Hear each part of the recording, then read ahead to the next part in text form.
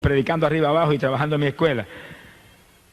Cuando un día me invitó un pastor puertorriqueño a predicar en una iglesia que él tenía en la zona metropolitana, yo fui y le prediqué, y cuando terminó la campaña de 3 días en su iglesia, me dijo: mire, el Señor me habló que yo lo tengo que llevar a usted a la República Dominicana. Yo me quedé alerta, pensativo, porque seguido sentí Santo Domingo. Dije: Señor, ¿será esto? Me dijo: yo sé que usted trabaja, pero ahora en verano usted de vacaciones, ahí yo lo voy a llevar. Yo le pago el pasaje y de vuelta, predica la primera campaña en mi iglesia, que es de las más grandes allí en la capital, y después Dios lo guiará. Yo le dije: yo le aviso. Me fui a casa y comencé a orar. Cuando comencé a orar, el Señor inmediatamente me dio una revelación y me mostró que ese era el llamado. Entonces yo le dije a mi esposa: ora, para que yo te confirme también, llevamos los dos. Ella empezó a orar y a los dos le dio un sueño, y en el sueño ella vio cuando los dos tomábamos el avión y salíamos para la República Dominicana. Yo dije: pues que tú vas, así que te colaste también. Alabado sea Dios. Fue el primer viaje misionero fuera de Puerto Rico. Fuimos a la República Dominicana y estuvimos 45 días allá. 45 días, predicando arriba y abajo por todo el país, por Santiago, por allá, por Moca. En Moca me tiraron más piedras que pelos tenía en la cabeza, pero prediqué 4 días, a fuerza de pedra. Alabado sea Dios. En Jaina, un pueblito cerca de la capital, y en la capital muchísimas campañas, como 600 y pico de almas aceptaron al Señor. Para nosotros aquello era una cosa del otro mundo. Sea bendito el Señor Jesús. Y estábamos tentados todos los días, porque las nenas nos escribían: acaben de venirse, nos hacen falta. Estaban con mis papás, los abuelos. Y nosotros orábamos y hasta llorábamos. Yo le dije: hasta que Dios no nos dé salida, no nos vamos de ninguna manera, que Él las va a cuidar mejor que nosotros. Y volvió otra cartita: avancen, nos hacen falta. Y nosotros de oración ahí, hasta que Dios no nos dio una revelación, que nos vimos saliendo en un sueño para Puerto Rico, y los hermanos despidiéndonos en el aeropuerto, nos regresamos. 45 días. Primero es Dios y después los hijos. Primero es Dios y después la familia. Primero es Dios y después la comida. Primero es Dios y después el dinero. Primero es Dios y después todo. Ponga a Dios número 1 si quiere victoria. Si Dios no es número 1, estará fracasado. El que no esté dispuesto a dejar padre y madre, mire, el que no esté dispuesto a dejar esposo o esposa, hermanos o hermanas, campos o propiedades por mí, Jesús dijo, no es digno de mí. Alabado sea Dios. Cuando llegamos a Puerto Rico, encontramos las nenas más saludables y más gorditas que nunca en la vida. Se gozaron cuando llegamos. Alabado sea el nombre de Dios. Sea bendito el Señor Jesucristo. Pocos días después de regresar yo de la República Dominicana, Dios me dio una visión y yo me iba predicando en Estados Unidos. Y veía las ciudades y entraba en una ciudad y salía de ahí, y la otra, y veía los auditorios que se llenaban, y endemoniados libertados, y gente que se sanaba, y gente que se convertía. Y mientras veía eso, veía un mapa de Estados Unidos. Yo dije: esto es una llamada de Estados Unidos, pero dime cuándo es que voy. ¿Cuándo es que voy? De pronto, cuando se acercaba el verano, todavía estaba yo en la escuela, recuerdo que vi una carta de un pastor en Estados Unidos, en Lancaster, Pensilvania. Y era un pastor de una iglesia menonita. Lo estamos esperando. Dios nos reveló que usted viene a predicar acá. Yo oré y sentí la confirmación de Dios de que ahí tenía que ir. Cuando llegó el verano, pues partí para allá. Llegué allá. Cuando llegué, era una iglesita como de 40 miembros. Y los hermanos no tenían experiencia de campaña ninguna. Habían hecho una hojita en maquinilla, como 70 hojas, al lado de lo que él vive. Se la habían repartido allí, pero yo me dieron ganas de coger a Diego y volar para Puerto Rico otra vez. Pero como Dios me había hablado que ahí era, pues ahí me metí.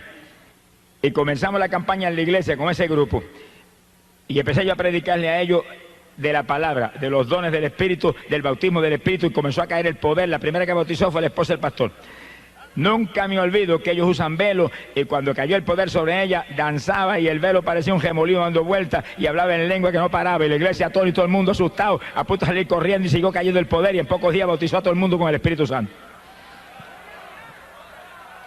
Y cuando yo le prediqué el bautismo en agua, que ellos no bautizan en agua, bautizan en otra forma, el pastor se inquietó, se puso desesperado, y me llamó un día, yo hospedaba en su casa: usted tiene que bautizarme a mí y a mi esposa. Y yo le enseñaba la palabra, pero en su congregación, en su denominación, su organización que lo bauticen. Me dijo, no es que ellos no bautizan así, ellos bautizan en otra forma. Y yo quiero bautizarme así como está en la Biblia, como usted me ha enseñado en la Biblia, yo quiero. Usted me lo enseñó, usted me tiene que bautizar. Llegó un momento que dije, bueno, está bien. Y nos mandamos por un lago que había cerca de la población y llegamos al lago. Estaba en septiembre y ya estaba frío. Y cuando yo metí el pie en el lago lo saqué más ligero que lo metí. Aquello estaba helado. Yo dije, Dios mío, si me llego a meter ahí, una pulmonía doble me da. ¿Cuántos alaban a Dios? Alaba lo que Él vive. Alaba lo que Él vive. Bendito sea su nombre. Hay poder en Jesús. Y yo recuerdo que salí para afuera que yo dije, Señor, ¿qué hago? Aquello era como hielo. De pronto le digo, bueno, si esto es tan importante, y si esto es tuyo, que yo bautice a este hombre y a esta mujer, caliéntame el agua, si no, pues ahí yo no entro por nada. Y oré ahí, esperé un minutito y metí el pie, el agua calientita. ¿Cuántos tienen ese Dios? Amigo amado, esto no es una leyenda, esto no es una religión muerta. Hay un Dios vivo que creó cielo y tierra. Hay un Dios vivo que te ama, que envió a Jesús, su Hijo amado, a morir en la cruz por ti. A un Cristo que derramó sangre por tu pecado. Una vez tú aceptas a Cristo, tú tienes ese Dios del cielo. El que no tiene al Hijo, no tiene al Padre que lo envió. Y el Hijo no comparte su gloria con nadie. Porque Él es único y soberano y Rey de reyes y Señor de señores. Gloria a su nombre. Recuerdo que entramos al lago, bauticé al pastor, bauticé a la esposa, ella salió de las aguas hablando en lengua, alabado sea el nombre de Jesucristo.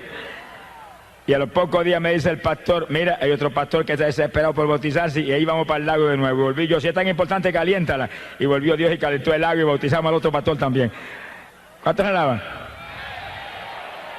Es importante porque la Biblia dice, el que creyere y fuere bautizado será salvo. Mira a ver si es importante.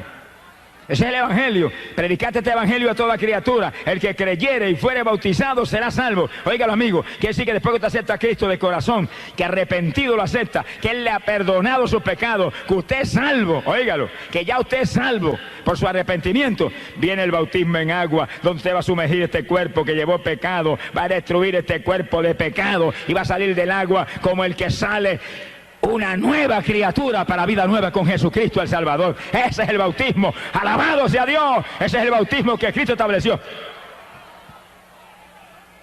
Es un bautismo de niños recién nacidos. Los niños recién nacidos, ¿de qué se van a arrepentir? Es un bautismo que viene después que uno se arrepiente de corazón. En el bautismo de Juan era un bautismo para arrepentimiento. Se bautizaban prometiendo entonces servirle al Señor. Ahora no, ahora es bautismo para gente ya arrepentida. El bautismo para gente ya salva.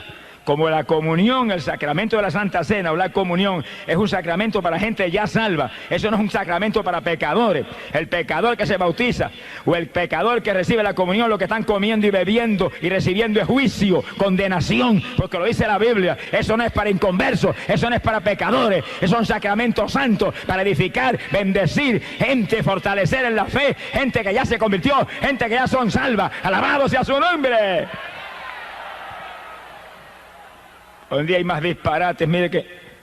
Y la pobre humanidad sigue ahí hundida. Por eso usted tiene que leer la Biblia, para que nadie le engañe. Y leer diariamente esa palabra y leer ese Nuevo Testamento especialmente, que es el nuevo pacto de Dios para salvar la humanidad por la fe en Cristo Jesús el Salvador. Óigalo claro, hay una sola fe, Cristo Jesús, un solo Salvador, Cristo Jesús, una sola Biblia donde habla de Cristo como único y exclusivo Salvador. Lea la palabra y viva para Cristo y sálvese, escape, cree en Jesucristo, será salvo tú y tu casa. Gloria al nombre de Jesús. Yo regresé de Estados Unidos, era la campaña después que estuvimos con esos hermanitos lindos ahí, y Dios llenó la iglesia del Espíritu y le enseñamos todo lo que había, lo que yo sabía de dones espirituales y demás. La iglesia de Asamblea de Dios se unió a la campaña, y nos fuimos para el templo de ellos, que era grandísimo. Y ahí se mezclaron los menonitas y los pentecostales, y no se sabía quién era menonita o pentecostal. Pues la única diferencia es que las mujeres tenían el velo, y ahí sabía yo quiénes eran menonitas, pero todo el mundo danzaba en el espíritu y hablaba en lengua y saltaba como corderito de la manada, y era una fiesta tremenda, mezclados los unos con los otros. Cuando estamos en el espíritu, mire, nos unimos. Cuando estamos en el espíritu hay comunión, porque cuando andamos en luz, tenemos comunión los unos con los otros, y la sangre de Jesucristo el Hijo nos limpia de todo pecado. ¡Gloria a Dios! Oigan, que cualquiera dice, yo soy cristiano, yo soy, aleluya, yo soy evangélico. Pero la Biblia dice en 1 de Juan, capítulo 1, verso 7, pero si andamos en luz como Él está en la luz, tenemos comunión los unos con los otros. Quiere decir que si no tenemos comunión los unos con los otros, algo está mal. Y si suena la trompeta, se queda uno abajo. Porque Dios nos llama a que seamos un solo cuerpo, una sola iglesia, uno solo, como Él es uno en el Padre y el Padre en Él, y Él y el Padre en el Espíritu Santo son un solo Dios. Bendito sea el nombre de Jesús. Y ahí los menonitas y los pentecostales parecían una sola iglesia. Y el pastor menonita abrazaba al pentecostal y se gozaba porque sentían el mismo espíritu confirmando una salvación que viene de Jesús. Gloria al nombre de Dios. Yo regresé a Puerto Rico. Se convirtieron como alrededor de 80 personas. Y nos gozamos tremendamente. Alabado sea Dios. Cuando yo regresé, después de esa campaña a Puerto Rico, yo sentí un toque de Dios de salir de mi trabajo. Yo ya había convertido ya 7 años trabajando y predicando arriba y abajo, todas las noches en campos y pueblos de este país. Y los fines de semana venía y predicaba aquí en Ponce. No había autopista en esos días, me echaba 3 horas y media de Camuy acá. Y cuando terminaba de predicar aquí el domingo por la noche, me acostaba a dormir y me levantaba a las 4 de la mañana y salía para Camuy a esa hora para poder trabajar al otro día en la escuela. Hoy en día hay montones de cristianos que son más vagos que la quejada de arriba. No sé qué les pasa hoy en día, que están más muertos que vivos. Hermano, levántese de madrugada a orar. Yo me levantaba a las 4 de la mañana y salía por esa carretera y ora y alaba a Dios, intercede en lengua y gime y grita y llora por el camino. Y llegaba a las 7 a Camuy y para la escuela tranquilito a las 8 de la mañana. Y hoy en día llega a las 10 y todo el mundo vuela para su casa, muertos y cansados. Reprende ese demonio cansado. En Cristo no hay cansancio. Todo lo puedo en Cristo que me fortalece. Eche adelante, busque a Dios, madruga a orar, prepárese para el rapto. Pronto volamos para el cielo. Los perezosos no se van. Esfuérzate y sé valiente, dice la Biblia. Gloria al nombre de Dios. Yo llevaba ya 21 años trabajando en la escuela. 21. Y con 2 o 3 añitos más ya yo tenía derecho a una jubilación y un cheque mensual. Y como que estaba anhelando esperar que llegara la jubilación, pero comencé a sentir el toque de Dios. Y cuando llegó el verano de ese año, yo recuerdo que me arrodillé y dije, bueno, Señor, si esto es tuyo, confírmalo esta noche. Si no me lo confirman esta noche en una forma especial, clara, sin duda, no salgo. Yo quiero salir, pero que seas tú que me saques. Y recuerdo que esa noche, cuando yo me acosté y me dormí, sentí que entró alguien a la habitación y cuando allí con los ojos medio dormidos, el Señor paró los míos. Como un hombre me dijo, sales de la escuela y no vuelves a trabajar más. Y desapareció. Y yo oré y dije, bueno, si mañana a esta misma hora, cuando yo me duerma, vienes aquí y me dices lo mismo, salgo, si no, no salgo. El Señor tiene una paciencia con nosotros que yo digo, gracias a Dios que yo no soy el Señor. Alabe lo que el Señor le ama. Al otro día, exactamente a la misma hora, el ruido, y era al lado mío, que sales de la escuela, que no trabajas más, se desapareció. Yo me quedé así en la cama como titubeante. Y apareció un personaje y traía en la mano algo que parecía un pedazo de periódico, pero dentro tenía algo, el pedazo de periódico, que se metía, parece que tenía un tubo dentro del pedazo de periódico. Y lo levantó y me metió una clase de tubazo por el casco de la cabeza, caí yo a la larga de la cama al piso. Y yo dije, Señor, yo salgo, no tienes que dejarme la cabecita, alabe lo que Él vive. Bendito sea su nombre. Me levanté del piso y me acosté y dije, salgo, despreocúpate que salgo. Y salí. Todo el que me conocía en Camuy se volvió loco ese, mire que es el que va a vivir ahora. Y me venían, pero mire, si usted se jubila en 2 años, ¿por qué se sale? Espere, y el principal de la escuela, que me amaba mucho, me aconsejaba. Y yo dije, el que me habló, me dijo que